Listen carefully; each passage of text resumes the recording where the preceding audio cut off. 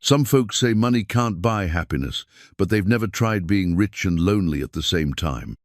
Clayton Blackwood learned this truth the hard way, sitting alone in his grand ranch house every night, counting gold while his heart stayed empty. His fortune could buy anything except the one thing he wanted most: someone to share it with.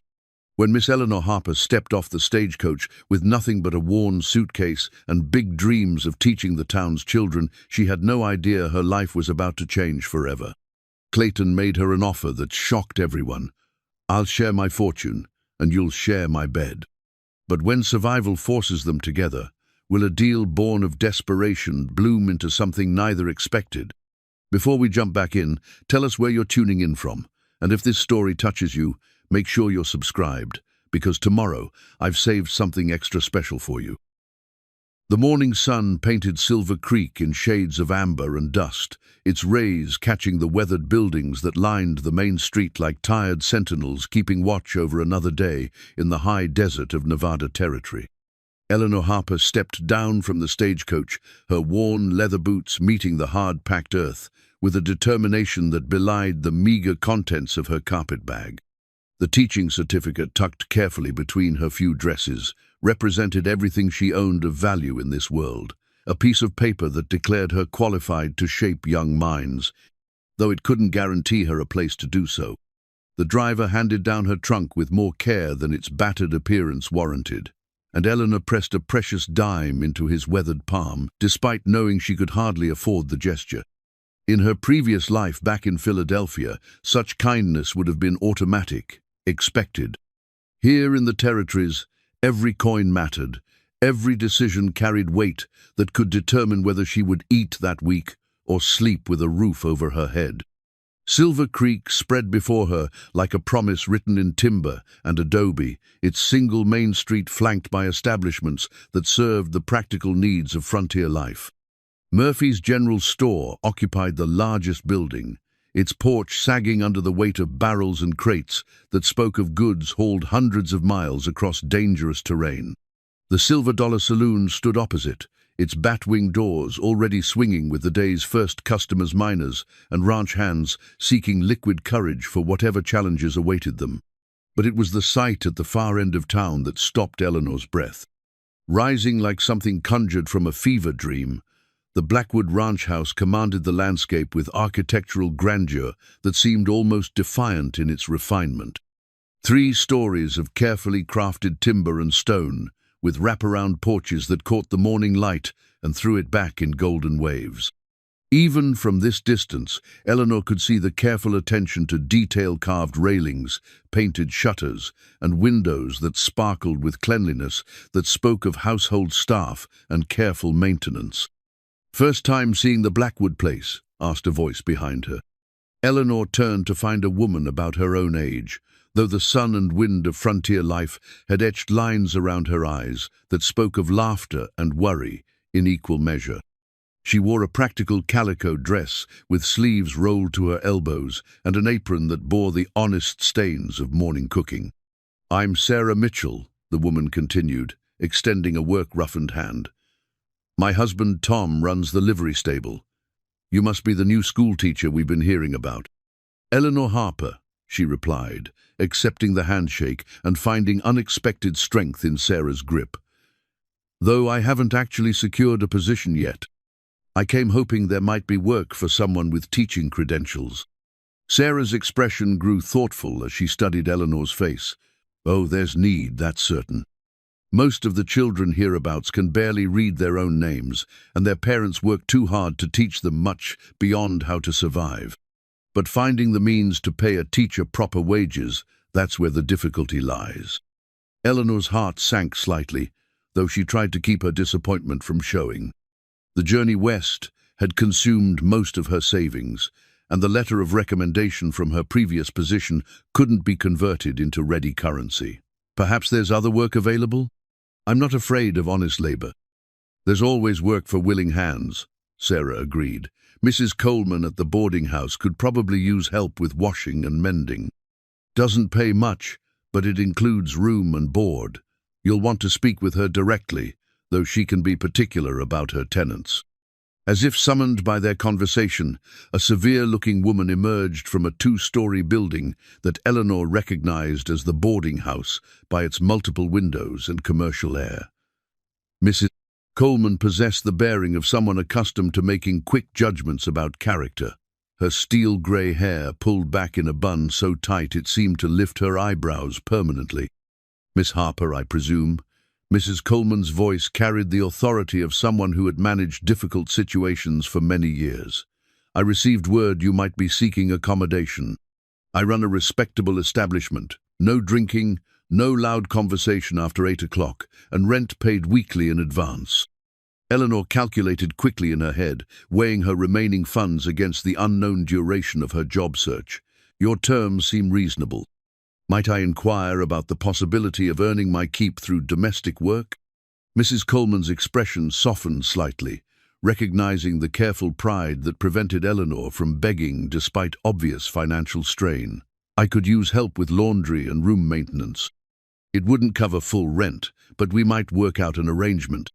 The negotiation continued in the practical language of frontier commerce, duties clearly defined, expectations established, and payment schedules agreed upon with handshakes that carried the weight of legal contracts. Eleanor found herself settled into a small but clean room on the second floor, with a window that looked out toward the mysterious grandeur of the Blackwood Ranch. That evening, as she unpacked her few belongings and arranged her precious books on the room's single shelf, Eleanor became aware of being watched. She couldn't shake the feeling that eyes were observing her movements, studying her with an intensity that made her skin prickle with awareness. When she moved to the window to draw the curtains, she caught a glimpse of a solitary figure on horseback, silhouetted against the evening sky on the ridge that overlooked the town. Clayton Blackwood sat astride his favorite mount, a coal-black stallion named Midnight, and studied the boarding house where the new schoolteacher had taken residence. From this distance, he could make out little more than her silhouette moving about the lamplit room, but something about her purposeful movements intrigued him. Most newcomers to Silver Creek spent their first evening drinking away their doubts at the saloon or collapsed in exhaustion from the journey. This woman seemed to be organizing, planning, preparing for whatever challenges tomorrow might bring. He had heard about her arrival, of course. In a town of fewer than 300 souls, news traveled faster than wildfire, and the arrival of an educated single woman had generated considerable discussion. Some expressed hope that she might finally provide proper schooling for their children. Others worried about the disruption an outsider might bring to their carefully balanced community dynamics. Clayton's own interest surprised him. For 3 years since Martha's death, he had maintained careful distance from the social fabric of Silver Creek, providing financial support when needed, but avoiding personal entanglements that might lead to expectation or obligation. His wealth made him a target for matchmaking schemes and business propositions, and he had grown skilled at deflecting both with polite but firm disinterest. Yet something about this particular newcomer had drawn him from his self-imposed isolation. Perhaps it was the straightness of her posture as she had stepped from the stagecoach, or the careful way she had counted coins before paying the driver. Whatever the cause, Clayton found himself curious about the woman who would attempt to bring learning to a town that measured value primarily in practical terms. The gold pocket watch in his vest's father's watch, inherited along with the ranch and the fortune that mining had provided, chimed the hour. 9 o'clock meant the respectable citizens of Silver Creek would be settling into evening routines, while the less respectable would be gathering momentum for whatever entertainment the night might provide. Clayton had no interest in either category, but neither could he bring himself to return immediately to the empty rooms that awaited him. Instead, he dismounted and walked Midnight slowly along the ridge, allowing both horse and rider to process the day's observations. The ranch house below them glowed with warm light from multiple windows, but Clayton knew that illumination concealed rather than revealed the loneliness that pervaded those carefully appointed rooms. Money had purchased comfort, security, and beauty, but it could not populate empty chairs or provide conversation to fill silent evenings. Tomorrow, he decided, he would find reason to visit town. Perhaps he would stop by Murphy's store for supplies that weren't urgently needed, or check on the progress of various business concerns that didn't require immediate attention. Certainly he wouldn't be seeking introduction to the new schoolteacher that would be presumptuous and inappropriate. But if circumstances happened to provide an opportunity for observation, perhaps conversation, well, a man couldn't be blamed for natural curiosity about newcomers to his community. The thought brought the first smile to his face in longer than he cared to remember. 3 weeks into her stay in Silver Creek, Eleanor had established a routine that balanced her domestic duties at the boarding house with her growing efforts to assess the educational needs of the local children. She had discovered 12 youngsters between the ages of 6 and 14 who possessed varying degrees of literacy, from complete inability to read to rudimentary skills that suggested sporadic home instruction. Their parents expressed cautious interest in formal schooling, though always with the caveat that children's labor remained essential to family survival. Eleanor had begun conducting informal lessons in the boarding house parlor during afternoon hours when Mrs. Coleman's other tenants were occupied with their own pursuits.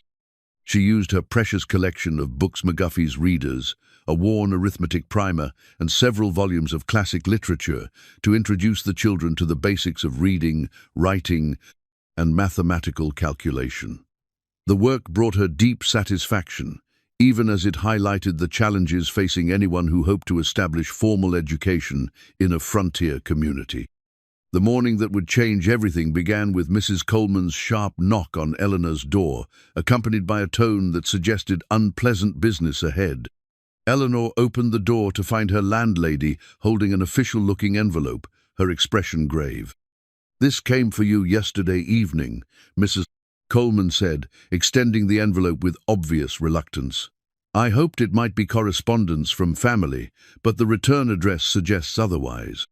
Eleanor's heart sank as she recognized the formal script and legal terminology that marked the document as an eviction notice. Her hands trembled slightly as she read the carefully worded text that informed her of her obligation to vacate the premises within 1 week due to accumulated unpaid rent.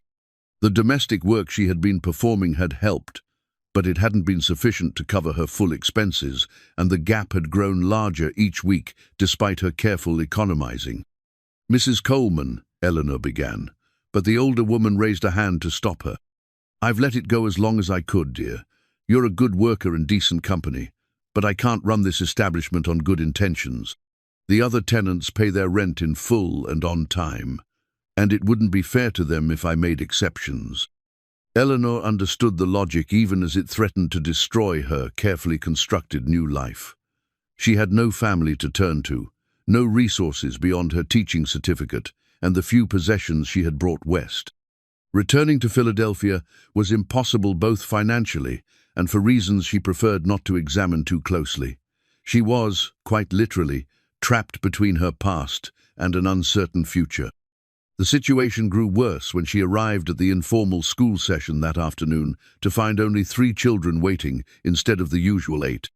The remaining youngsters appeared uncomfortable, avoiding her gaze with the peculiar shame that children display when forced to participate in adult disappointments. "Where are the others?"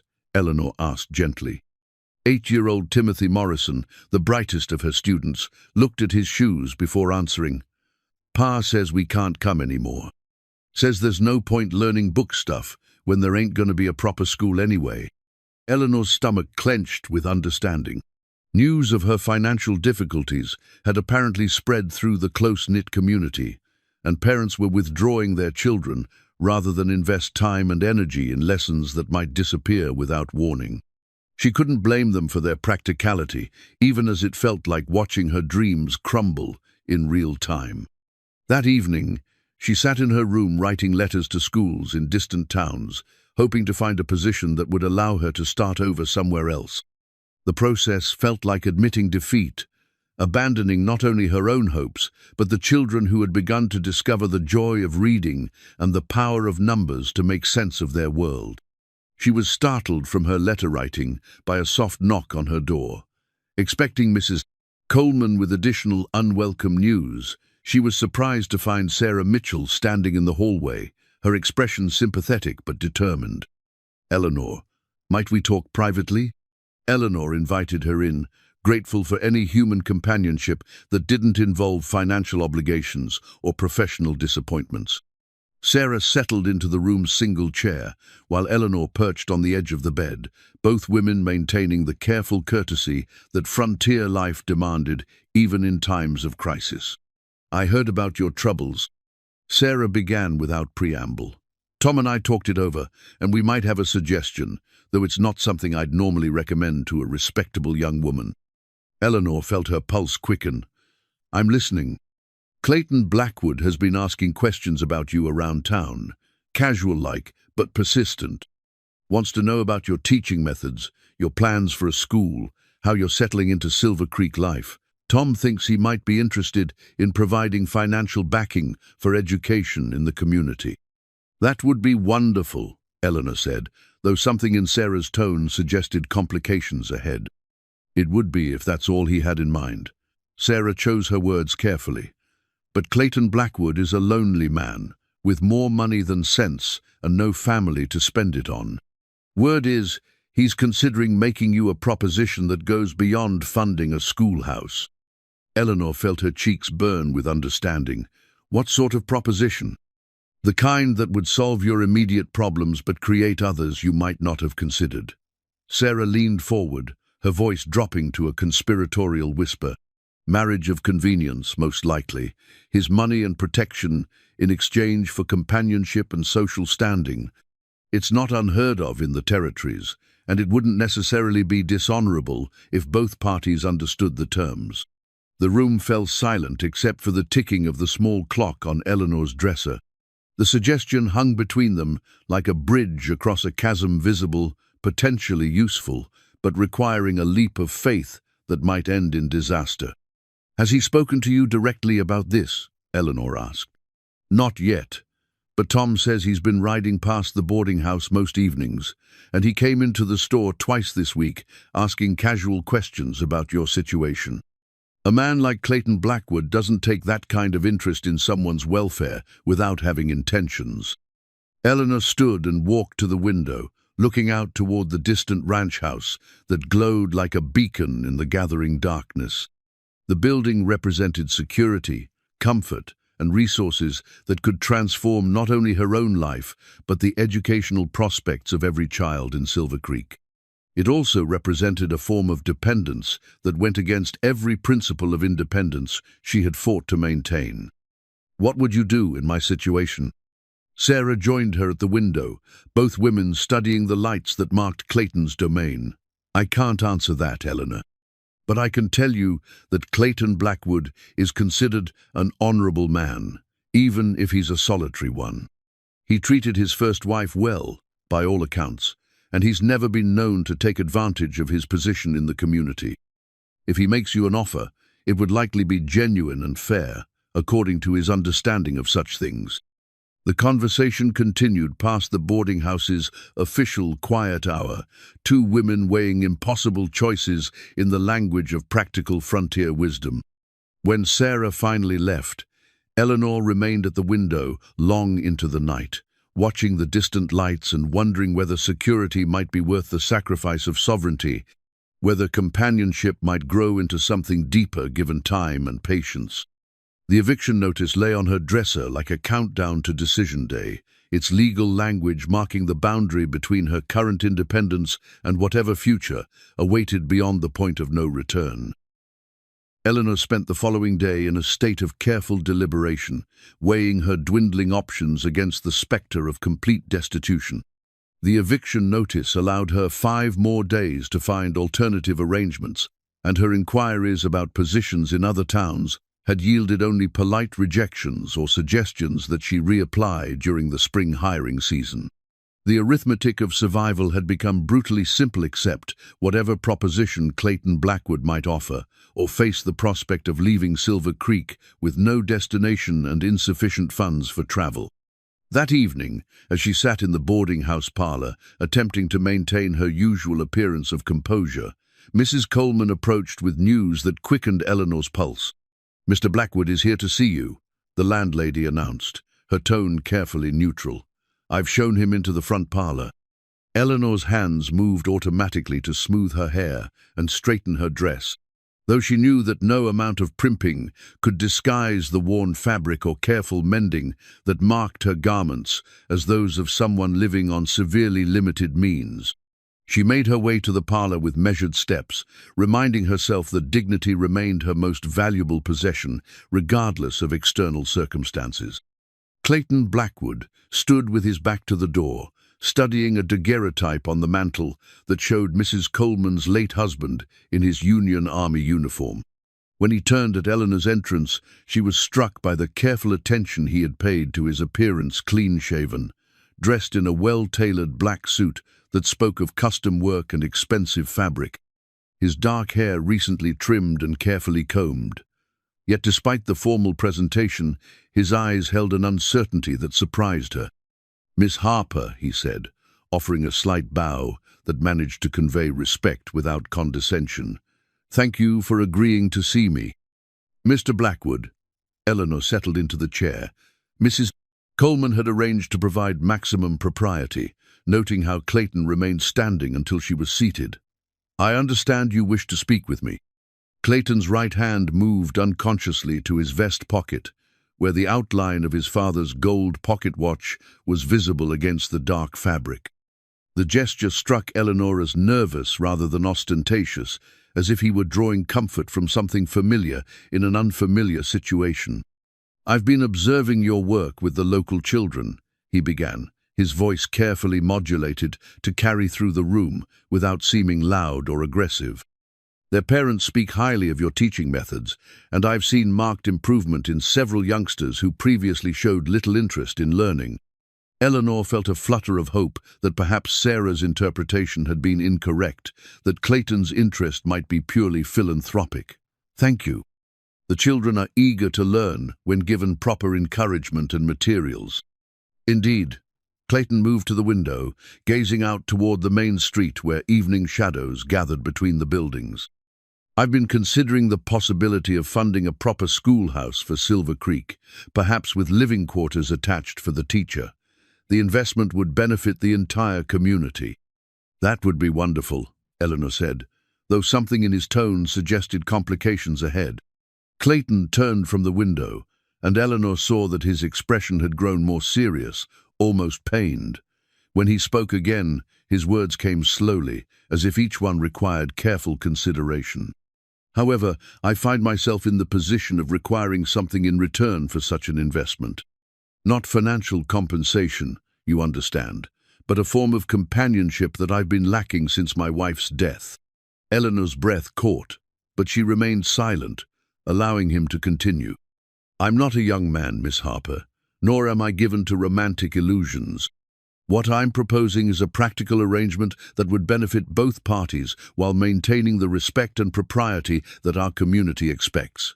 Clayton's hand went again to his pocket, and this time Eleanor noticed the thin gold band that circled his ring finger, Martha's wedding ring, which he still wore 3 years after her death. "I'm listening," Eleanor said, though her voice sounded strange to her own ears. "Marriage," Clayton said simply. "A union that would provide you with security, resources, and the means to establish the school you envision. In exchange, I would ask for your companionship, your presence in my home, and the social standing that comes with having a wife." The words hung in the air between them like a bridge across a dangerous chasm. Eleanor found herself studying Clayton's face, searching for signs of deception or ulterior motive, but finding only a profound loneliness that matched her own isolation. "You barely know me," she said finally.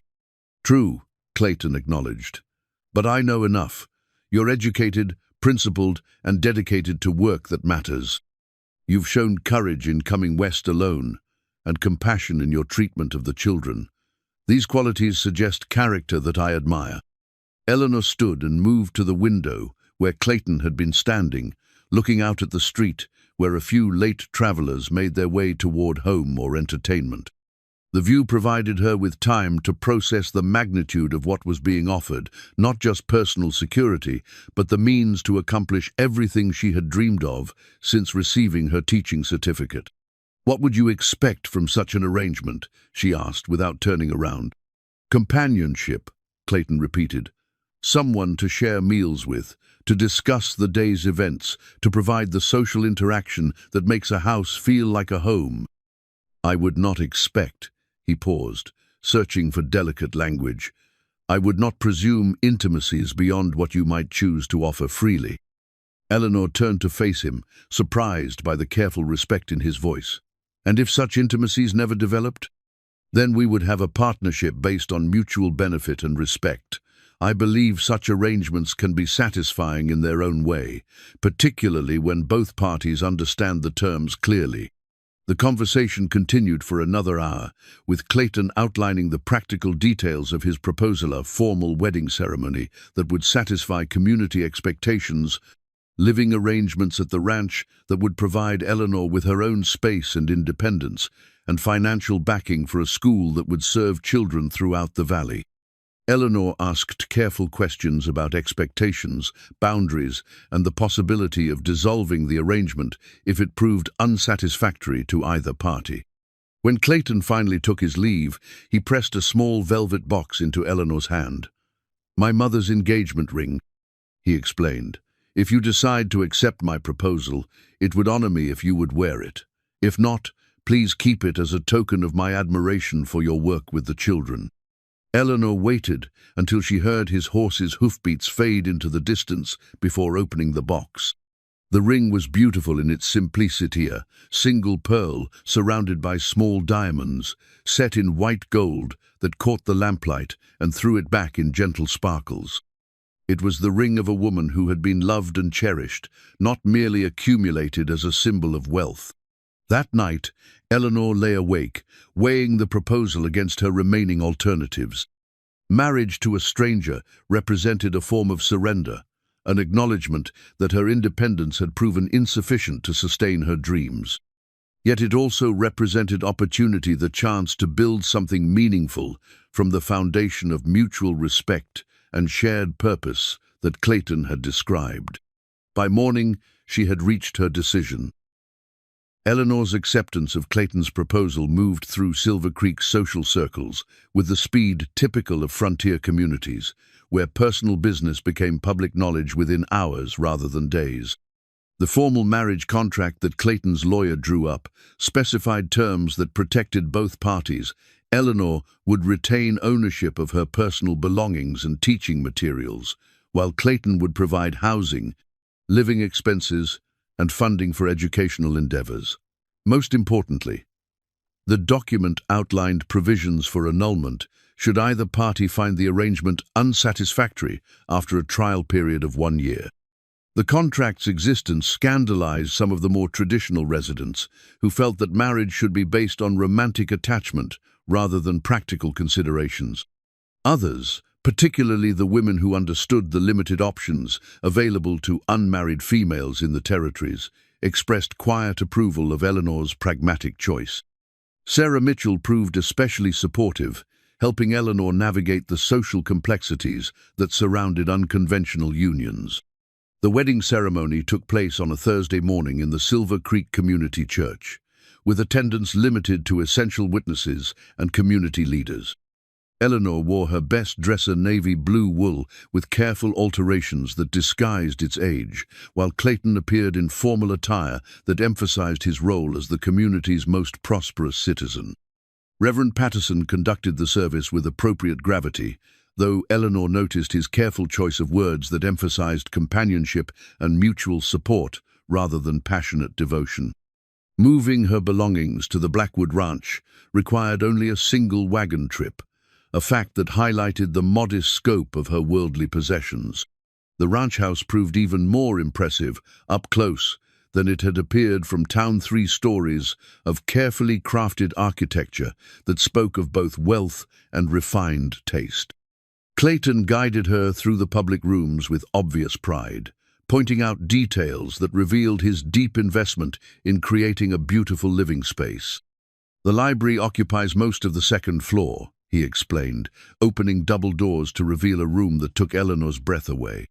Floor-to-ceiling shelves held hundreds of volumes covering subjects from agriculture and animal husbandry to philosophy and literature.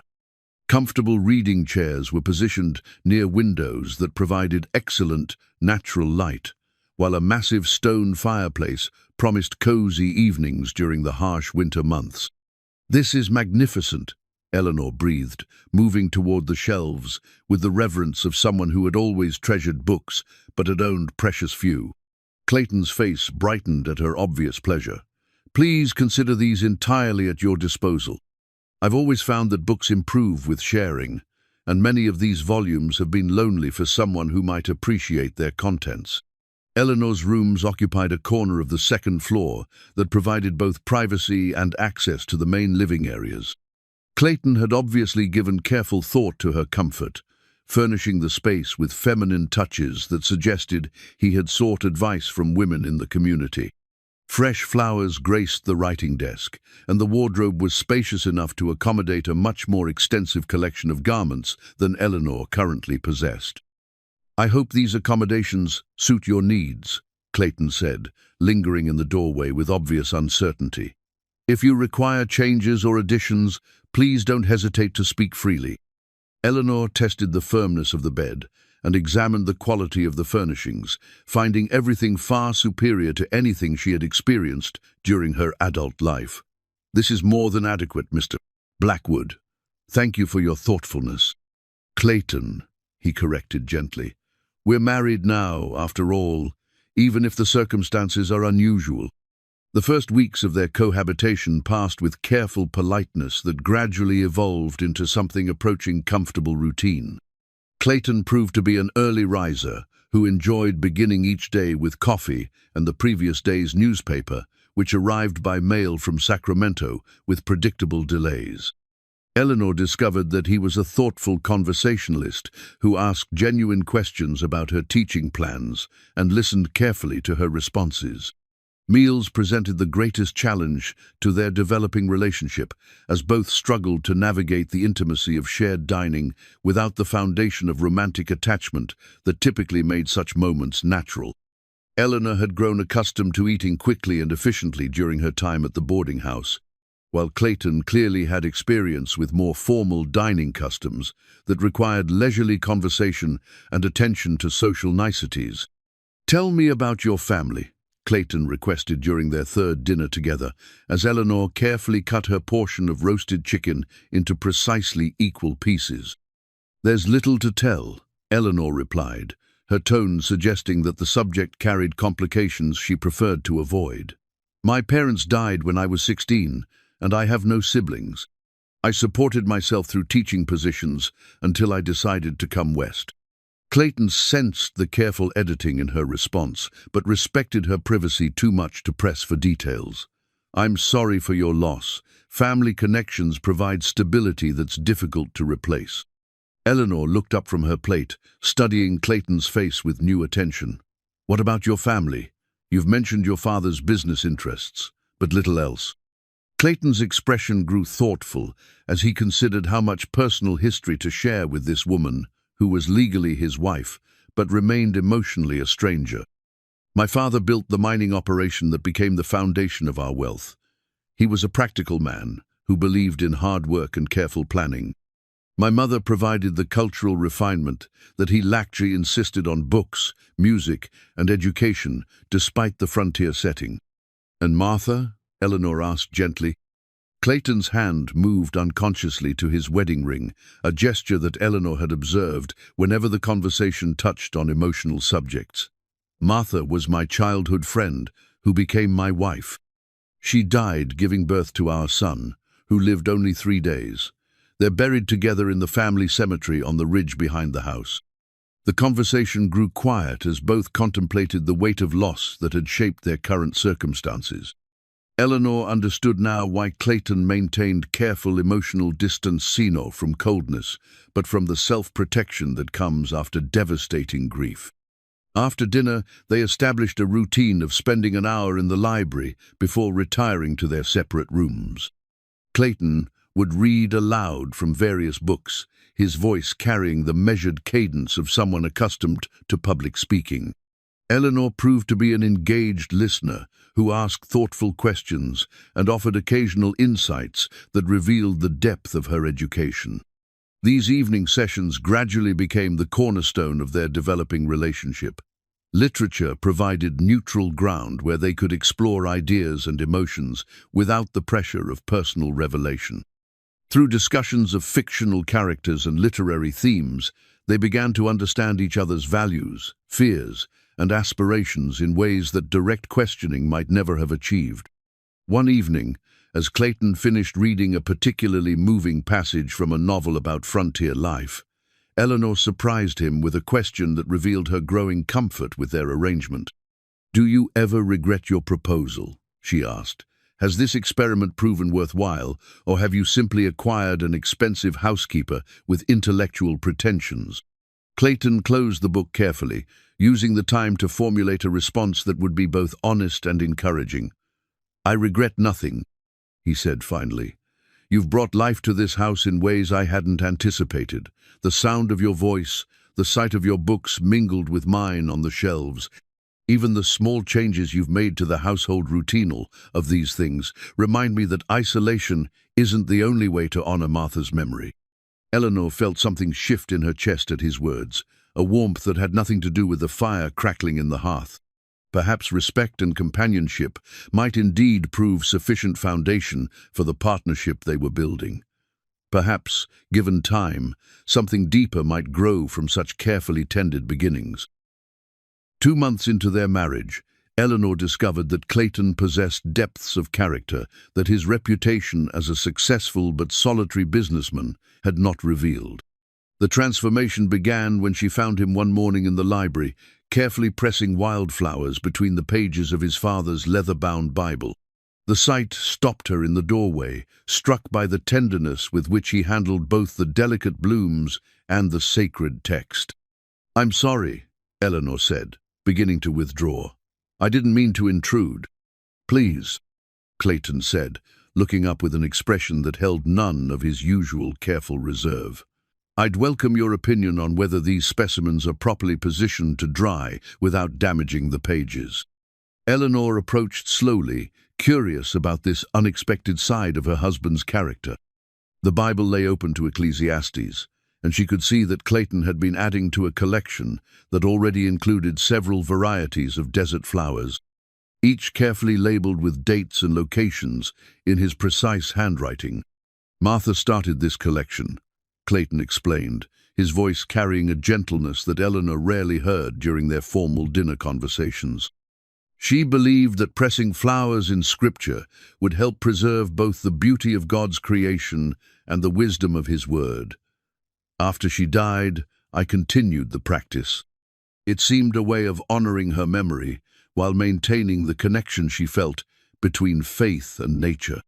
Eleanor studied the delicate purple blooms that Clayton was positioning near a passage about seasons and timing. "Desert lupine," she identified. "They're particularly beautiful this year." Martha had excellent taste in both flowers and scripture passages. Clayton's face brightened at her recognition of the plant species. "You know wildflowers? My mother taught me botanical identification when I was young. She believed that understanding the natural world was essential to appreciating its creator's artistry." Eleanor touched one of the older specimens, noting the care with which it had been preserved. "These are magnificent examples." Martha obviously possessed both knowledge and patience. The discovery of this shared interest opened new avenues of conversation between them. Clayton began inviting Eleanor to join him on morning rides around the ranch property, ostensibly to check on cattle and equipment, but increasingly focused on identifying and collecting botanical specimens. Eleanor proved to be an accomplished horsewoman, surprising Clayton with her ability to manage even spirited mounts with confidence and grace. During these excursions, Eleanor learned that Clayton's knowledge of his land extended far beyond its commercial value. He could identify bird species by their calls, predict weather patterns from cloud formations, and locate natural springs that had sustained his family's livestock for 3 generations.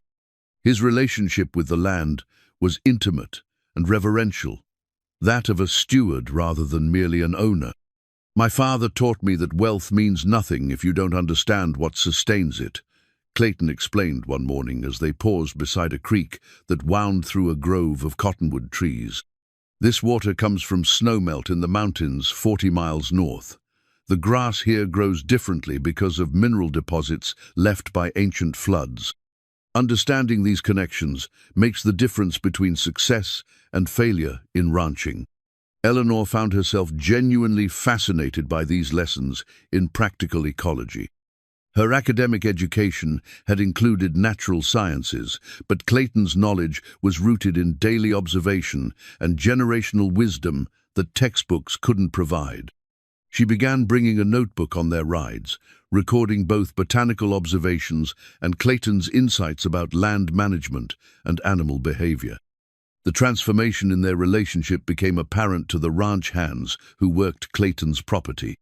Miguel Santos, the foreman who had managed the Blackwood cattle operation for 15 years, commented to his wife that the patron seemed more relaxed, more inclined to conversation, and even occasional laughter during their discussions of ranch business.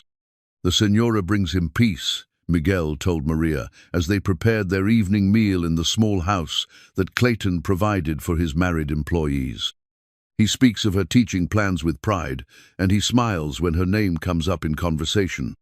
This change was most evident during the dinner conversations that had initially felt so awkward. Clayton began asking Eleanor about her progress in establishing the school, offering practical suggestions for dealing with reluctant parents and limited resources.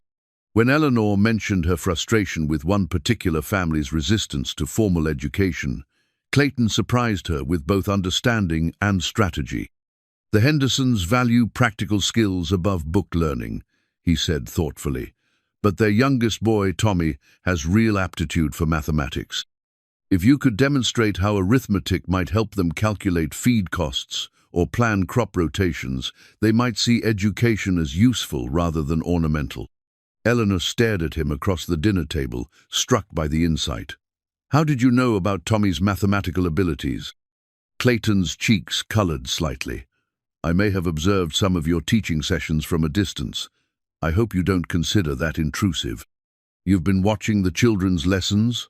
Eleanor felt a flutter of something she couldn't quite identify, pleasure, perhaps, that he took such interest in her work. "Only occasionally, when ranch business brought me near the schoolroom you've established in the old storage building. The children seem genuinely engaged, and their progress is remarkable." Eleanor realized that Clayton had been following her educational efforts far more closely than she had suspected. The storage building he mentioned was one that he had quietly renovated and furnished after their marriage, installing proper windows and heating without consulting her directly. She had assumed the improvements were simply part of his general commitment to supporting education, but now she wondered if his investment was more personal. "What do you think of my teaching methods?" she asked. Clayton considered the question seriously before answering. "I think you understand that learning must be connected to life experience to be meaningful. You don't simply recite facts. You help children discover how knowledge can solve problems they actually face. That's the mark of exceptional teaching." The praise meant more to Eleanor than she had expected. Clayton's opinion carried weight because it was clearly based on careful observation and genuine understanding of educational philosophy. She found herself sharing details about her lesson plans and discussing challenges she faced with individual students, while Clayton offered suggestions that revealed both practical wisdom and deep respect for her professional expertise. Their evening reading sessions evolved as well. Instead of Clayton reading aloud while Eleanor listened, they began taking turns with different books, sometimes reading poetry or passages that moved them, other times engaging in spirited discussions about novels or philosophical works. Eleanor discovered that Clayton had strong opinions about literature and wasn't afraid to disagree with established critical interpretations. "I don't accept that Hawthorne intended Hester Prynne to represent fallen womanhood," Clayton argued one evening after Eleanor had read from the Scarlet Letter. She's clearly the strongest and most moral character in the story. The other characters' judgments reveal their own weaknesses, not hers. Eleanor looked up from the book, surprised by the passion in his voice. That's a remarkably modern interpretation. Is it? Clayton met her gaze directly. I think it's simply honest. Condemning someone for seeking love in the wrong circumstances seems less important than admiring their courage in facing the consequences with dignity. The conversation that followed revealed layers of Clayton's character that his reputation as a practical businessman had concealed. He possessed genuine intellectual curiosity, firm moral convictions, and a capacity for emotional depth that his careful reserve had previously hidden. Eleanor found herself looking forward to these discussions with anticipation that surprised her. One evening, as they prepared to retire to their separate rooms, Clayton hesitated at the foot of the staircase. "Eleanor," he said, his voice carrying an uncertainty she hadn't heard since their wedding day, "I want you to know that this arrangement has exceeded my expectations in every way. Your presence here has brought me more contentment than I dared hope for when I made my proposal." Eleanor felt warmth spread through her chest at his words. "I'm glad, Clayton. I found more satisfaction in this partnership than I expected as well." They stood for a moment in the lamplit hallway, each aware that something fundamental had shifted in their relationship. The careful politeness of their early weeks together was giving way to genuine affection and mutual respect. Neither was ready to name what was growing between them, but both recognized that their practical arrangement was becoming something deeper and more meaningful than either had anticipated. 3 months into their marriage, Eleanor shared the story of her mother's locket during an evening when spring rain drummed against the library windows and the fire crackled with unusual intensity. The small silver locket had been her constant companion since her mother's death, containing a miniature photograph of her parents taken during their courtship. She had never shown it to Clayton before, but something about the intimate atmosphere of their reading session prompted her to reveal this last, tangible connection to her family. "They look so young and hopeful," Clayton observed, studying the tiny faces with careful attention. "Your mother has your eyes, and the determined set of your chin clearly comes from your father." Eleanor smiled at his observation. "Mother used to say that Papa fell in love with her stubbornness before he noticed her beauty. She claimed it was the only reason their marriage survived 23 years of frontier life." "Tell me about them," Clayton requested, settling back in his chair with the expression of someone prepared to listen for as long as she needed to speak. Eleanor found herself sharing memories she had guarded carefully since coming west, stories of her father's work as a circuit preacher who traveled throughout rural Pennsylvania, bringing both spiritual guidance and basic education to isolated communities. Her mother had accompanied him whenever possible, teaching children to read while he ministered to their parents' spiritual needs. They believed education and faith were inseparable, Eleanor explained. "Papa said that learning to read God's Word was the foundation of both spiritual and practical wisdom, while Mama insisted that ignorance was the enemy of every good thing in life." Clayton listened without interruption, occasionally asking questions that revealed his genuine interest in understanding the influences that had shaped Eleanor's character. When she described the cholera outbreak that had claimed both parents within a week of each other, leaving her alone at 16 with nothing but her determination to honor their values, Clayton's expression grew pained with sympathy. "How did you survive?" he asked gently. "The same way most orphans do, discovering strength I didn't know I possessed and accepting help from unexpected sources." Eleanor's voice carried the matter-of-fact tone of someone who had learned to speak of tragedy without self-pity. "The congregation raised money for my teacher training, and I worked as a seamstress and tutor to support myself through normal school." "And your decision to come west, was that always part of your plan?"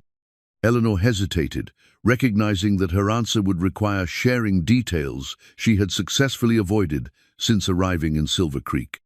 The silver locket seemed to grow warm against her chest, as if her mother's memory was encouraging honesty. "I was engaged to be married," she said finally, "to a man who seemed respectable and financially stable.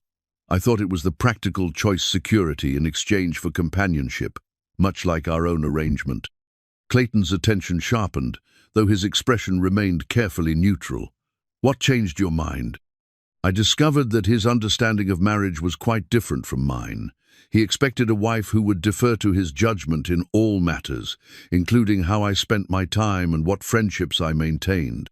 When I expressed interest in continuing my teaching after our wedding, he made it clear that such work would be incompatible with my duties as his wife. Eleanor paused, gathering courage for the most difficult part of her story. When I suggested that we postpone the wedding until we could reach better understanding about our expectations, he became angry. Not just disappointed, truly angry, in ways that frightened me. He accused me of having ideas above my station and said he would teach me proper behavior after we were married. Clayton's hands clenched into fists, though his voice remained calm. He threatened you? Not directly, but the implications were clear enough. I realized that marrying him would mean surrendering everything I valued about myself, my independence, my work, my right to express opinions that differed from his. So I broke the engagement and used my savings to travel west, hoping to find communities that needed teachers more than they needed wives who fit conventional expectations. The rain continued its steady rhythm against the windows as Clayton processed what Eleanor had shared. Her story explained the careful way she had negotiated their own marriage contract, the importance she placed on maintaining her teaching work, and the subtle watchfulness he had noticed whenever their conversations touched on authority or decision-making. "I'm grateful you chose to tell me," Clayton said eventually. "It helps me understand why trust comes carefully for you, and why independence means more than comfort." Eleanor studied his face, searching for signs of judgment or calculation, but finding only compassion and respect. "Are you concerned that I might prove similarly difficult as a wife?" Clayton's laugh held genuine warmth. "Eleanor, I proposed to you precisely because you demonstrated strength and independence. A woman who would accept my offer only from desperation, or who would surrender her principles for security, would make a poor partner for anyone. I want a wife who challenges me to be better, not one who simply agrees with everything I say." The conversation shifted to lighter topics, but Eleanor felt a fundamental change in their relationship. By sharing her most vulnerable memories, she had tested whether Clayton would prove worthy of deeper trust. His response had demonstrated the kind of character that made emotional intimacy possible rather than dangerous. Over the following weeks, Eleanor noticed that Clayton began seeking her opinions on matters beyond household management and education. He asked for her thoughts about ranch improvements, community politics, and even business decisions that traditionally fell within male authority. When Eleanor pointed out that such consultation was unusual for married couples in their community, Clayton's response surprised her. "Unusual doesn't mean wrong," he said. "You have excellent judgment and a different perspective than mine. Why would I ignore such valuable counsel simply because convention suggests I should make decisions alone?" Eleanor found herself falling into comfortable patterns of shared responsibility that felt natural rather than negotiated. She began handling correspondence with suppliers and customers who appreciated her careful attention to detail and diplomatic communication style. Clayton delegated increasing authority to her in matters involving community relations, recognizing that her position as the school teacher gave her insights into family dynamics and local concerns that his wealth sometimes obscured. Their physical proximity also evolved during this period, though both remained careful to respect the boundaries they had established. Eleanor began joining Clayton for morning coffee on the front porch, where they would discuss the day's plans while watching the sunrise paint the distant mountains in shades of gold and rose. These quiet moments of shared contemplation created intimacy without pressure, allowing both to appreciate each other's company without the weight of unfulfilled expectations. One morning, as they sat watching a hawk circle over the pasture where Clayton's cattle grazed, Eleanor surprised herself by reaching over to touch his hand briefly. "Thank you," she said simply. "For what?" "For proving that partnership and respect can exist between a man and woman, even when romance isn't the foundation." You've shown me that marriage doesn't have to mean surrender." Clayton turned his hand palm up, allowing her fingers to rest against his for a moment, longer than strictly necessary. "You've taught me that loneliness isn't the price of honoring the past. We've both gained more than we expected from this arrangement." Neither spoke of love, but both recognized that something precious was growing between them, a connection based on mutual admiration, shared values, and the daily choice to treat each other with kindness and respect. Whether such feelings might eventually deepen into romantic love remained uncertain, but the foundation they were building felt strong enough to support whatever future might develop from their careful beginning. The letter arrived on a Tuesday morning in late April, delivered by a special courier who had ridden hard from the railroad station in Reno. Eleanor was in the schoolroom working with 6 children on their arithmetic lessons when Mrs. Santos knocked urgently on the door, her face pale with concern. "Senora Blackwood, a man has come with a letter for you. He says it is very urgent and he must wait for your response." Eleanor's heart lurched with immediate dread. In her experience, urgent letters rarely carried good news, and the formal address on the envelope, Miss Eleanor Harper, care of Silver Creek, Nevada Territory, suggested that the sender either didn't know about her marriage or chose not to acknowledge it. The handwriting was unfamiliar, written in the careful script of someone accustomed to legal documents. She dismissed the children early, promising to continue their lesson the following day, then walked slowly toward the ranch house where the courier waited in the front parlor. Clayton was reviewing account books in his study, but he emerged when he heard voices, his expression growing concerned as he noted Eleanor's obvious distress.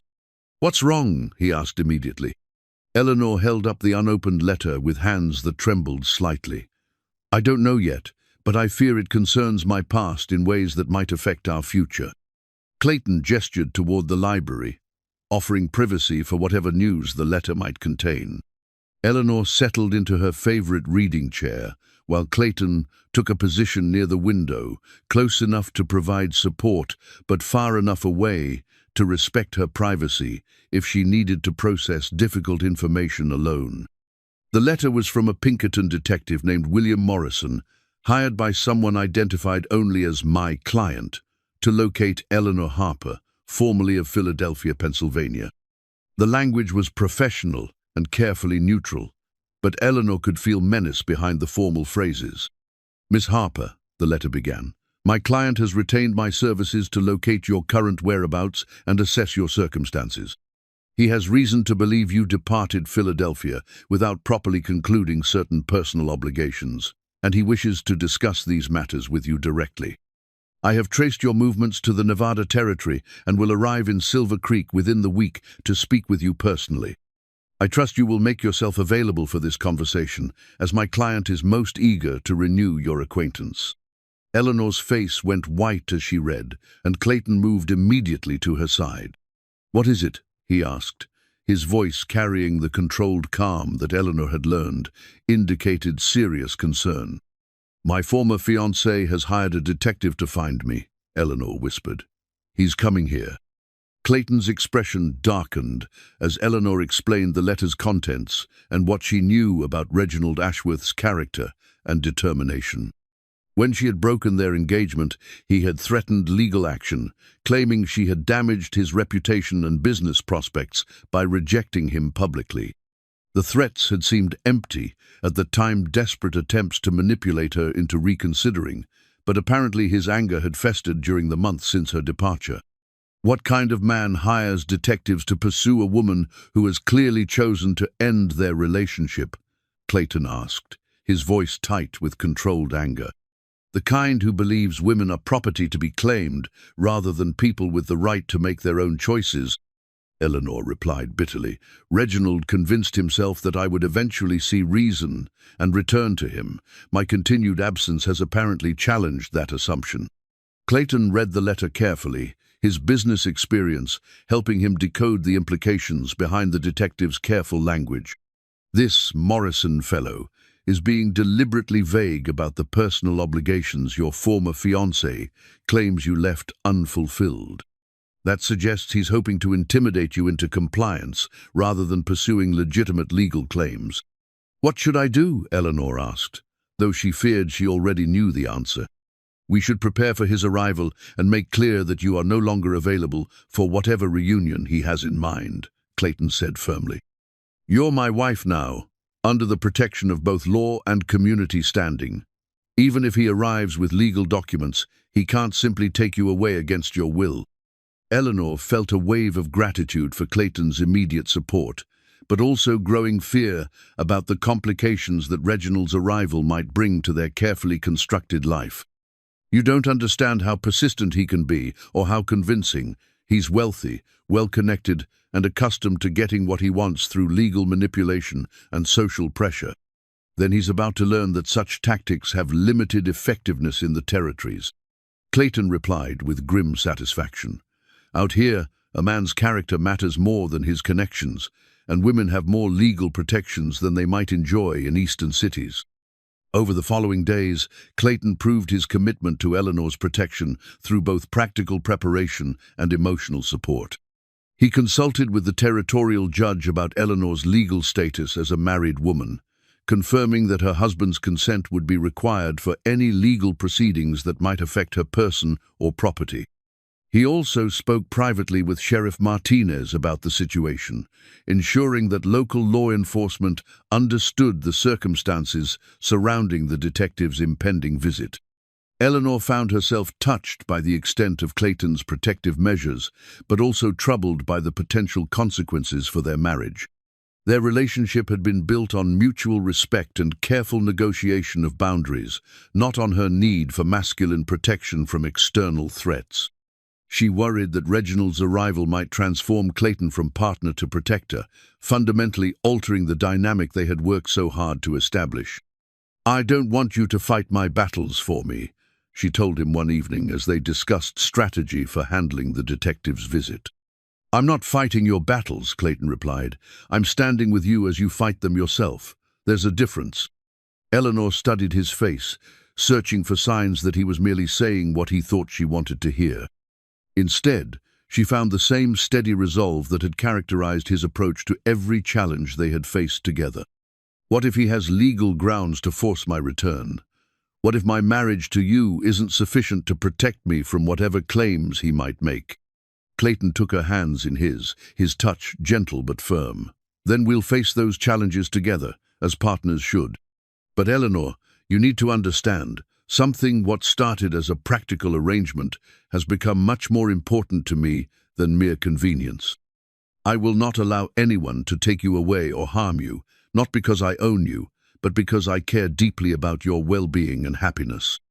The words hung between them like a bridge across the careful distance they had maintained. Neither was ready to speak of love, but both recognized that their feelings had evolved far beyond the terms of their original agreement. Whatever challenges Reginald's arrival might bring, they would face them as a team, united by something much stronger than legal contracts or financial arrangements. The detective arrived 3 days later, accompanied by a well-dressed man whose expensive clothes and imperious manner immediately identified him as someone accustomed to wealth and privilege. Eleanor watched from the upstairs window as they rode up the ranch's main drive, her heart pounding with a mixture of fear and anger that surprised her with its intensity. Reginald Ashworth looked exactly as she remembered, handsome in a conventional way, with the kind of polished appearance that impressed people who valued surface respectability over genuine character. But even from a distance, Eleanor could see the cold determination in his posture that had always made her uncomfortable during their courtship. Clayton met them at the front door with the formal courtesy that frontier hospitality demanded, but Eleanor could see the steel in his spine as he guided them into the parlor for what would prove to be the most important confrontation of their marriage.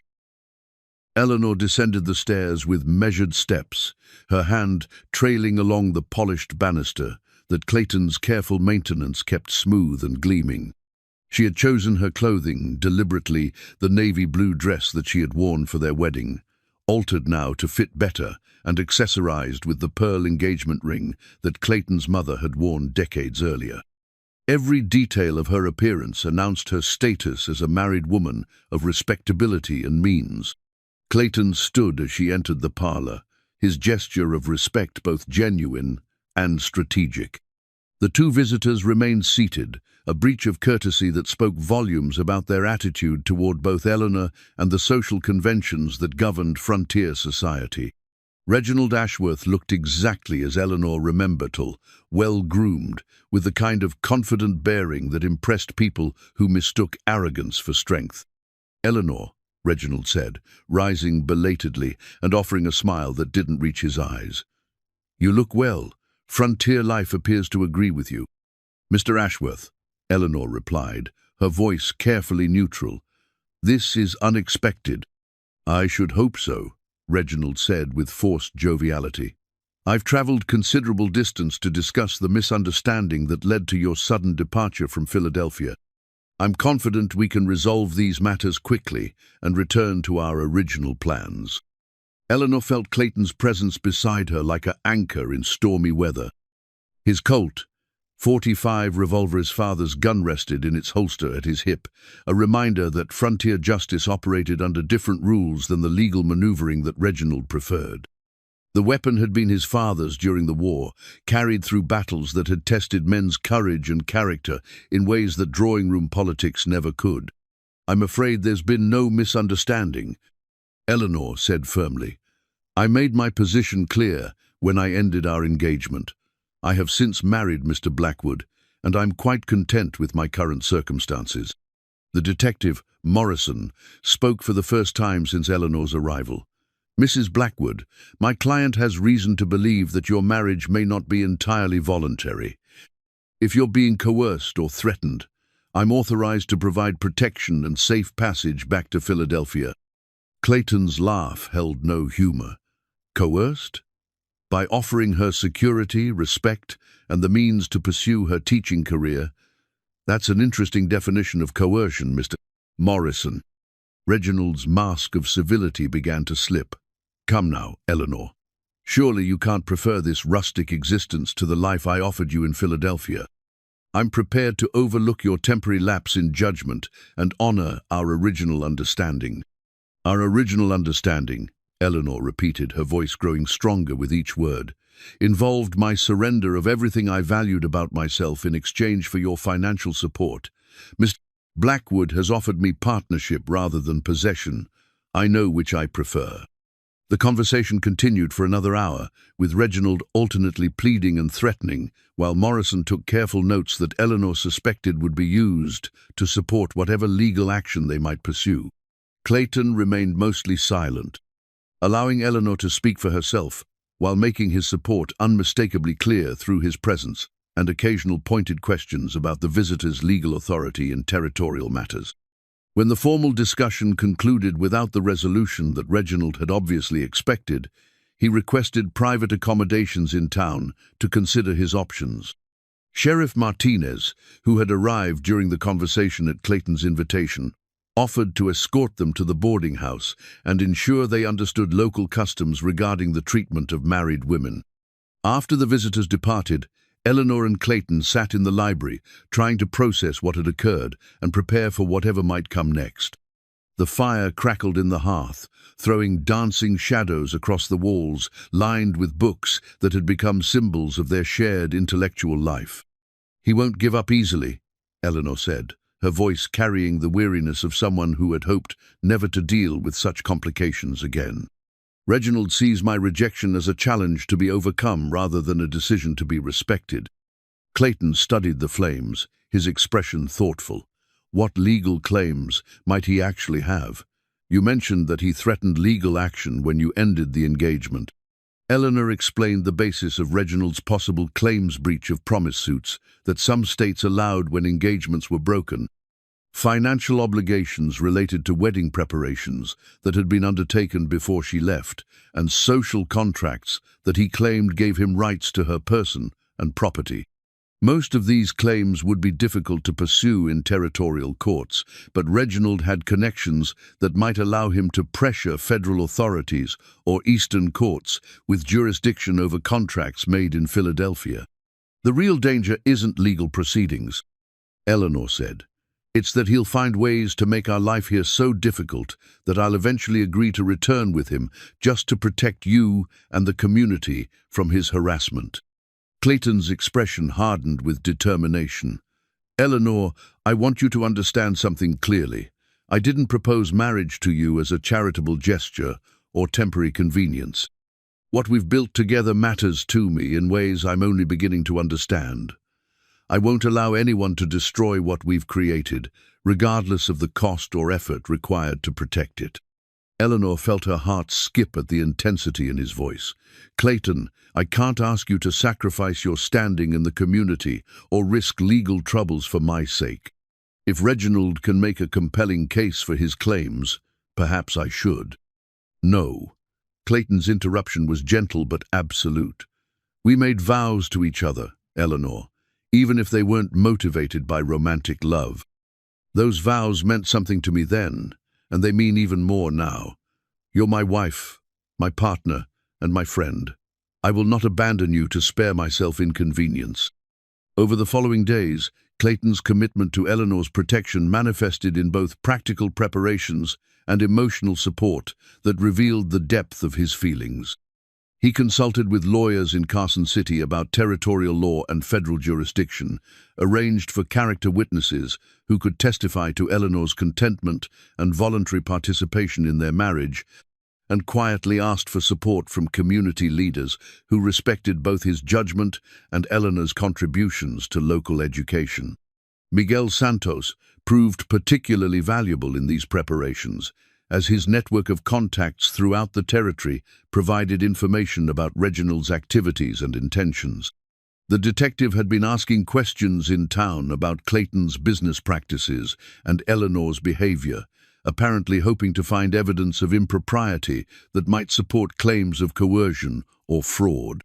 "They're looking for scandal," Miguel reported during one of his evening conversations with Clayton. "The Eastern man, he asks about your first wife, about how quickly you married after she died, about whether Senora Eleanor seems happy or frightened. He talks to people who don't know you well, hoping for gossip." Clayton's anger at this invasion of his family's memory was carefully controlled, but unmistakable. "What have people told him?" "Nothing useful for his purposes," Miguel assured him. "Everyone speaks of your respect for Martha's memory and your kindness to Senora Eleanor. The children's parents especially praise her teaching and say she seems content and well treated." Eleanor found herself deeply moved by the community's support, which extended far beyond what their practical arrangement might have warranted. Sarah Mitchell organized the women of Silver Creek to provide character testimony, while Tom Rodriguez and the other business owners prepared to speak about Eleanor's positive influence on local children and families. Even Mrs. Coleman, despite her initial reservations about Eleanor's unconventional circumstances, offered to testify about her respectable behavior and voluntary choices. The most significant support came from an unexpected source territorial judge, Harrison Blackstone, who had known Clayton's father during the early days of Nevada's mining boom. Judge Blackstone sent word that he would be available to review any legal proceedings that Reginald might initiate, and that territorial courts looked unfavorably on attempts by Eastern interests to override local marriage contracts and community standards. As the week progressed, Eleanor and Clayton found their relationship deepening under the pressure of external threat. The careful boundaries they had maintained began to feel artificial in the face of challenges that required complete trust and mutual support.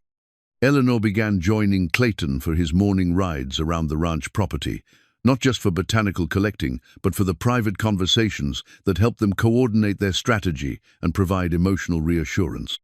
One evening, as they prepared their final plans for whatever confrontation might come, Clayton surprised Eleanor with a direct question that neither had dared ask before. "Eleanor, regardless of what happens with Ashworth's claims, I need to know something. Are you happy with the life we've built together? Not just content or satisfied, but genuinely happy?" Eleanor considered the question seriously before answering. "Yes, Clayton. More happy than I thought possible when I accepted your proposal. Our partnership has given me everything I hoped for and things I didn't dare dream of. Then we'll fight for it, Clayton said simply. Whatever the cost, whatever the risk.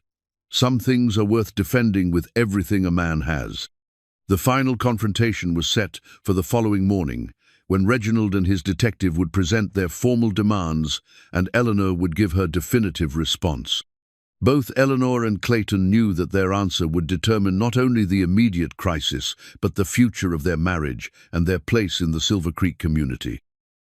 The morning of the final confrontation dawned clear and bright, with the kind of crystalline air that made the distant mountains seem close enough to touch. Eleanor stood at her bedroom window, watching the sunrise paint the landscape in shades of gold and rose, while the Silver Creek school bell waited silent in the building where she had invested so much hope and effort. The bell represented everything she had built in this community, the trust of parents, the progress of children, and the sense of purpose that had been missing from her life before coming west. She dressed with particular care, choosing the dress that Clayton had bought for her during a recent trip to Carson's City deep green wool, with careful tailoring that spoke of quality and respectability. The pearl engagement ring caught the morning light, reminding her of the woman who had worn it before her and the love that Clayton had been capable of giving and receiving. Downstairs, Clayton waited in the dining room with coffee and breakfast laid out with their usual precision, though neither of them showed much appetite for food. He wore his best suit charcoal grey, with a vest that held his father's gold pocket watch, the same timepiece that had marked the lonely hours before Eleanor's arrival in his life. His Colt .45 rode in its holster, a reminder that frontier justice operated under different principles than the legal maneuvering that Reginald preferred. "Are you ready for this?" Clayton asked, studying Eleanor's face for signs of doubt or fear. "As ready as anyone can be for defending their right to choose their own life," Eleanor replied, accepting the cup of coffee he offered. "Thank you for standing with me, Clayton. Whatever happens today, I want you to know that these months with you have been the happiest of my adult life." Clayton's expression grew serious. "Eleanor, before they arrive, there's something I need to say. Our marriage began as a practical arrangement, but it's become much more than that for me. He paused, struggling with words that carried more weight than any he had spoken since Martha's death. "I've come to love you, not just as a partner or companion, but as the woman I want to spend the rest of my life with. Whatever claims Ashworth might make, I want you to know that my commitment to you isn't based on duty or honor alone." Eleanor felt her heart skip at his words, recognizing the courage required for such a declaration when the outcome of their crisis remained uncertain. "Clayton, I love you too. I fought against the feeling for weeks, telling myself it was gratitude or security or simple loneliness, but it's much more than that. You've shown me what partnership can be when both people choose to respect and cherish each other." They might have said more, but the sound of approaching horses announced the arrival of their visitors. Clayton squeezed Eleanor's hand briefly before moving to the window to observe Reginald, and Detective Morrison consulted his notes before responding. "Your Honor, my client believes that Miss Harper, Mrs.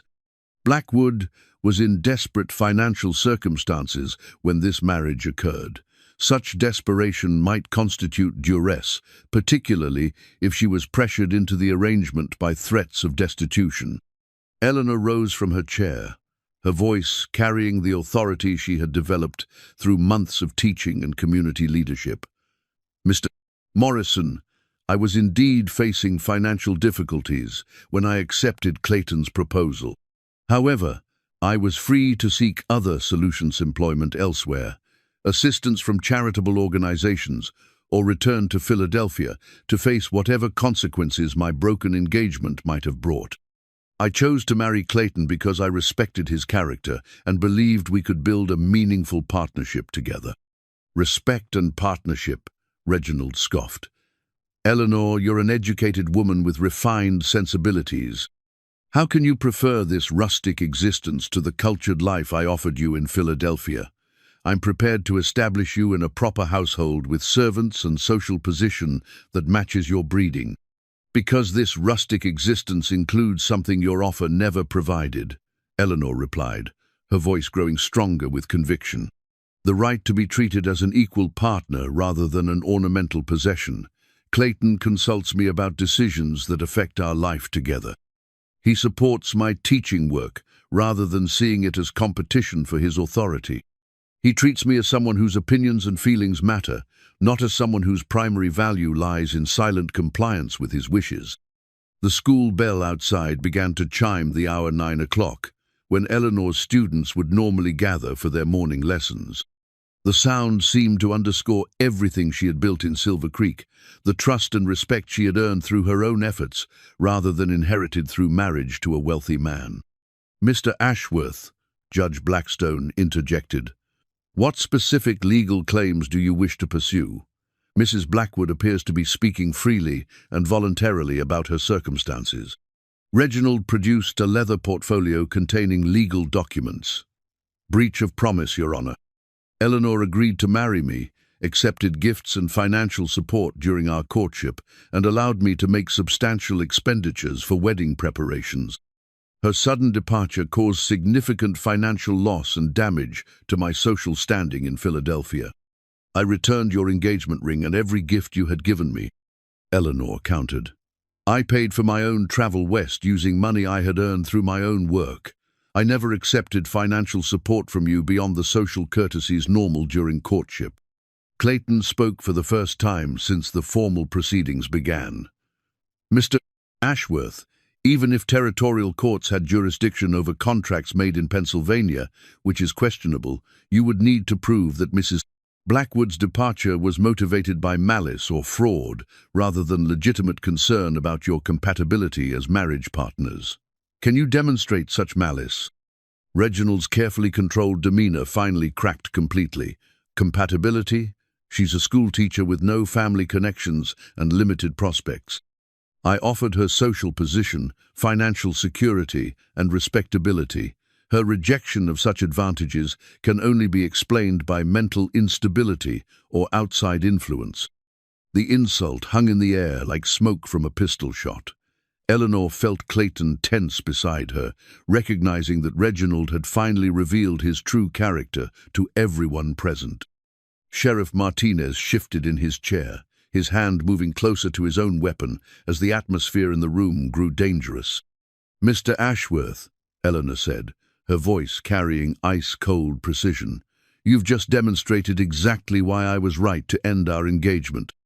You see my worth only in terms of what social advancement I might provide you, and my independent judgment as evidence of mental deficiency. Clayton sees me as a partner whose thoughts and feelings matter as much as his own. I know which man deserves my loyalty." The confrontation had reached its turning point, with all parties understanding that the next few moments would determine the outcome of the entire crisis. Morrison riding up the main drive. Behind them came Sheriff Martinez and Judge Blackstone, whose presence would ensure that any legal proceedings followed territorial law rather than Eastern assumptions about women's rights and marital obligations. The confrontation took place in the front parlor, with all parties seated in careful arrangement that spoke of formal legal proceedings rather than social visits. Reginald wore his finest traveling clothes and maintained the confident bearing of someone accustomed to getting his way through wealth and social connections. Detective Morrison appeared more cautious, perhaps recognizing that territorial law might not support the aggressive tactics that worked in eastern cities. "Eleanor," Reginald began without preamble, "I've come to take you home. This charade has gone on long enough, and I'm prepared to overlook your temporary lapse in judgment if you'll return with me immediately." "This is my home," Eleanor replied calmly. "I'm married to Clayton Blackwood under territorial law, and I have no intention of leaving either my husband or my community." Reginald's mask of civility began to crack. "Your so-called marriage is obviously fraudulent, a desperate arrangement between a lonely old man and a woman with limited options. No court would recognize such a union as valid if the circumstances were properly explained." Judge Blackstone spoke for the first time since introductions. "Mr. Ashworth, I've reviewed the marriage certificate and interviewed witnesses to the ceremony. Miss Blackwood's union is entirely legal and valid under territorial statutes. Do you have evidence of coercion or fraud that would warrant legal intervention?" Reginald's face flushed red with anger and humiliation as he realized that his carefully planned campaign had not only failed, but exposed his character to official witnesses. Detective Morrison looked increasingly uncomfortable, recognizing that his client's behavior was undermining any legitimate legal claims they might have pursued. "This is ridiculous," Reginald snarled, abandoning all pretense of civilized discourse. "Eleanor, you belong to me. We had an understanding, and I won't allow some frontier nobody to steal what's rightfully mine." Clayton stood slowly, his movement deliberate and controlled in the way that suggested considerable physical danger, held carefully in check. "Mr. Ashworth, you just made a serious error. Mrs. Blackwood doesn't belong to Anya, not to you, not to me, not to any man. She's a free citizen with the right to choose her own husband and her own life." "Free citizen?" Reginald laughed harshly. "She's a woman with no family, no property, and no means of supporting herself. Whatever pretty words you use to describe this arrangement, she's essentially your purchased companion. At least I had the honesty to offer her legitimate marriage rather than this frontier farce." Eleanor moved to her teaching slate, which she had brought down from the schoolroom that morning as evidence of her work in the community. With careful deliberation, she wrote her response in letters large enough for everyone in the room to read. "I choose Clayton Blackwood as my husband, freely and without coercion."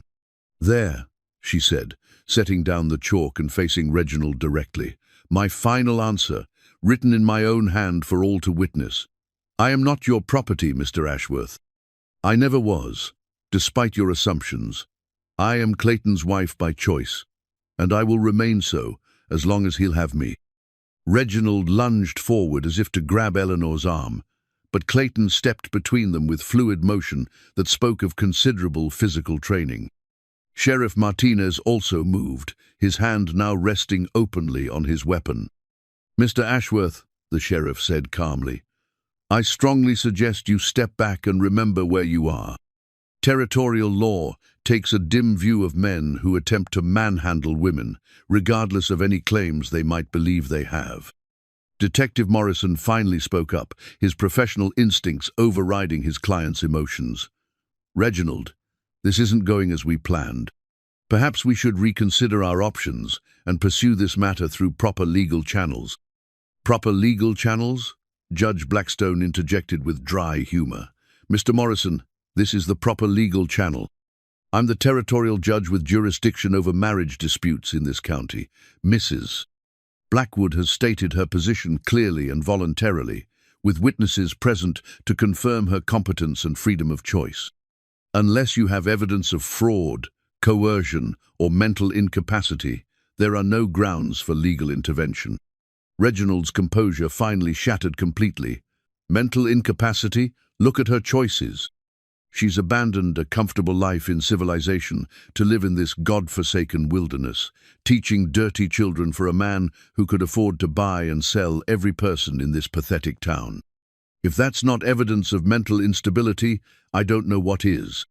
The insult to her students and community proved to be the final straw for Eleanor. She stepped forward, her voice carrying the authority she had developed through months of commanding classroom attention and respect. "Mr. Ashworth, you've revealed everything anyone needs to know about your character. You see children as dirty rather than precious. You see this community as pathetic rather than hard-working and honest.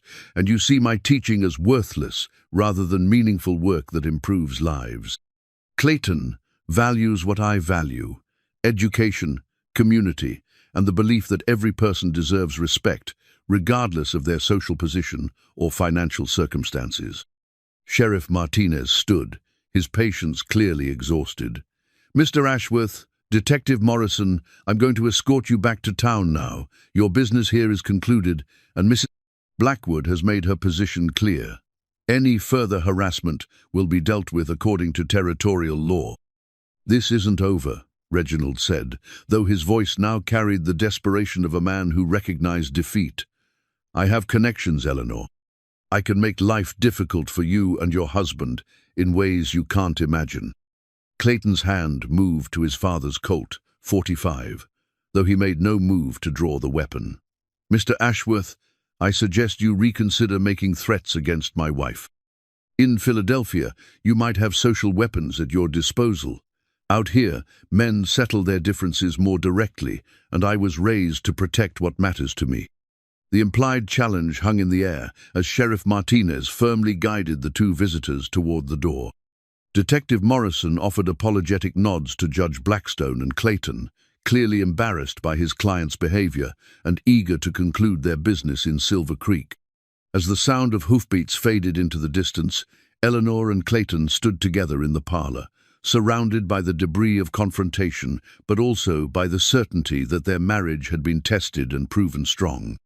Judge Blackstone gathered his papers with satisfaction, clearly pleased with the outcome. "Mrs. Blackwood," the judge said as he prepared to leave, "your teaching slate demonstration was particularly effective.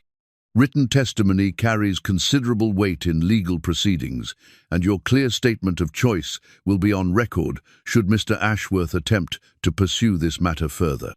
Eleanor looked at the slate where her declaration remained visible, then at Clayton, whose expression combined relief, admiration, and unmistakable love. "Your Honor, I wrote the truth. Clayton has given me a partnership based on respect and equality. No amount of social pressure or legal maneuvering could convince me to abandon what we've built together." When they were finally alone, Eleanor and Clayton stood facing each other in the parlor, where their practical arrangement had been tested and transformed into something much deeper. The morning sun streamed through the windows, illuminating the room where they had fought for their right to choose their own future. "It's over," Clayton said, though his voice suggested amazement that they had survived the crisis. "No," Eleanor replied, moving into his arms for the first time since their wedding day. "It's just beginning." 6 months after Reginald Ashworth's defeated departure from Silver Creek, Eleanor stood in the doorway of the completed schoolhouse, watching her students work on their end-of-term examinations. The building that Clayton had commissioned as a wedding gift gleamed with fresh paint and proper furnishings, individual desks instead of shared benches, a blackboard that covered most of one wall, and windows positioned to provide excellent natural light throughout the day. Most precious of all was the brass bell mounted in the small tower, whose clear voice called children to learning each morning and marked the rhythm of their educational progress. The transformation in her students amazed even Eleanor, who had always believed in the potential that education could unlock. Tommy Henderson, whose mathematical aptitude had first caught Clayton's attention, was now helping younger children with arithmetic problems that would have baffled him months earlier. Sarah Mitchell's daughter Mary had progressed from barely recognizing letters to reading entire paragraphs from McGuffey's Third Reader. Even the older children, who had initially resisted formal schooling as impractical, now understood that education would expand their opportunities beyond the limited options that frontier life traditionally provided. "Mrs. Blackwood," called 8-year-old Timothy Morrison, "I finished my composition about what I want to be when I grow up. May I read it to the class?" Eleanor nodded encouragement, knowing that Timothy's confidence in public speaking was one of many transformations that proper education had fostered. As he stood to read his carefully written paragraphs about becoming a teacher himself, Eleanor reflected on the journey that had brought her to this moment of professional fulfillment. The schoolhouse represented more than educational achievement, symbolized the community's investment in its own future and its acceptance of Eleanor as someone whose contributions mattered beyond her role as Clayton's wife. Parents who had initially viewed formal education with skepticism now spoke proudly of their children's progress and planned their family schedules around school attendance. The transformation had required patience, diplomacy, and countless small demonstrations that learning enhanced rather than threatened the practical skills that frontier survival demanded.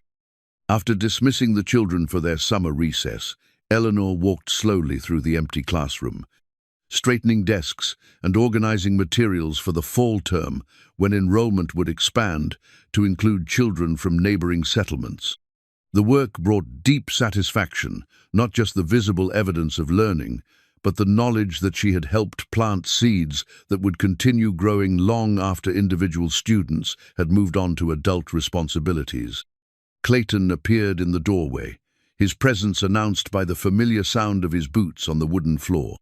6 months of marriage had taught Eleanor to recognize his footsteps, his breathing patterns, and the subtle changes in his voice that indicated whether he brought good news, concerns, or simply the desire for her company. "How were the examinations?" he asked, settling into the chair that Eleanor kept for adult visitors who came to discuss their children's progress. "Remarkable," Eleanor replied honestly. "Every child has exceeded my expectations, and several have progressed far enough to begin planning for advanced education if their families can support it." Clayton's expression grew thoughtful as he considered the implications. Advanced education would mean sending them away to established schools in California or back east. That's a significant investment for farming families. "I know. But Clayton, these children have potential that shouldn't be wasted simply because they were born in a small frontier community. With proper preparation, some of them could become teachers, doctors, lawyers, or engineers. They could return to serve communities like ours, or they could succeed in larger cities, if that's what they choose." Eleanor's passion for her students' futures was one of the qualities that Clayton had come to love most deeply about his wife. Her investment in their success went far beyond professional duties, genuinely cared about each child's individual potential, and worked tirelessly to help them achieve goals that their parents had never imagined possible. "What would it take to provide that advanced preparation?" Clayton asked. Eleanor moved to the window, looking out toward the ranch house where their own future was still being written. A high school curriculum, probably. Advanced mathematics, science, literature, and languages that would prepare them for university entrance examinations. It would require additional teachers and resources that our current budget couldn't support. But if those resources were available— Eleanor turned to face her husband, recognizing the tone that indicated he was developing plans that would probably surprise her. "Clayton, what are you thinking?" "I'm thinking that Silver Creek Academy has a nice sound to it," he replied with the smile that never failed to warm Eleanor's heart. "A proper secondary school that could serve students throughout the territory, with boarding facilities for those who live too far away for daily attendance." Eleanor felt her breath catch at the scope of what he was suggesting. "Clayton, that would be an enormous undertaking. The expense alone would be manageable if the purpose justified the investment." Clayton interrupted gently. "Eleanor, what we've built here, our marriage, your school, the community's growth has shown me that some investments pay dividends that can't be measured in purely financial terms. Giving these children opportunities for advanced education would benefit not just individual families, but the entire territory as it develops towards statehood."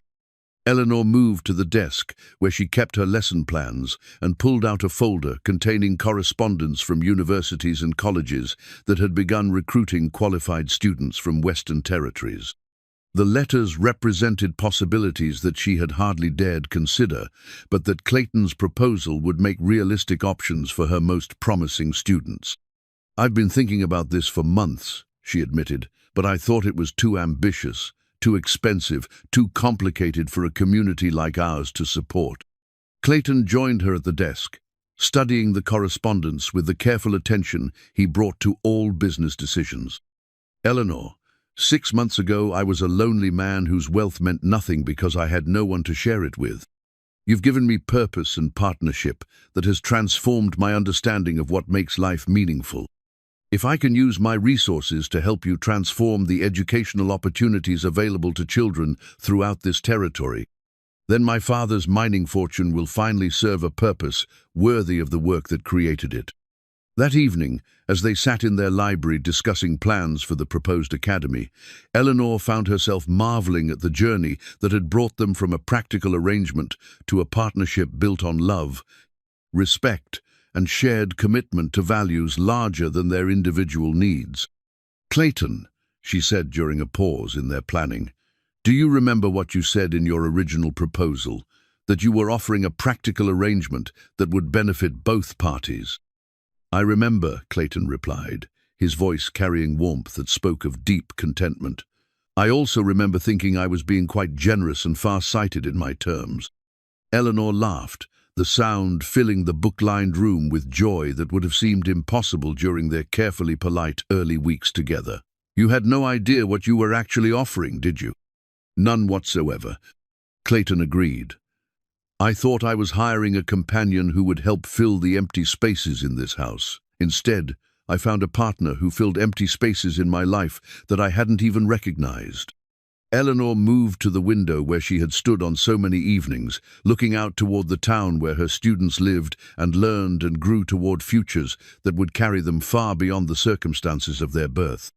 The view still included the boarding house where she had faced the crisis that led to Clayton's proposal, but now it also encompassed the schoolhouse where she had found her life's work and the community that had become her chosen family.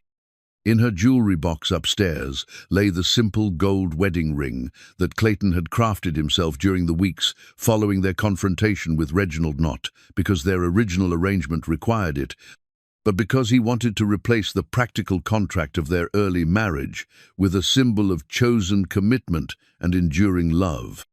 Eleanor wore it every day now, not as a sign of possession, but as a reminder that the best partnerships grow from respect, nurture each other's dreams, and create something larger than what either person could accomplish alone. Mrs. Blackwood, Clayton said formally, using the title that had once felt strange but now carried the weight of shared history and mutual choice. Are you ready to build a school that will educate the next generation of territorial leaders? Mr. Blackwood, Eleanor replied with equal formality but sparkling eyes, I thought you'd never ask. Outside their window, the first stars appeared in the clear desert sky, marking the end of another day in the life they had chosen together, and the beginning of plans that would shape their community's future for generations to come. The practical arrangement that had brought them together had evolved into something neither had dared hope, for a love story written in the careful details of daily partnership, mutual respect, and shared commitment to making their corner of the world a little better than they had found it.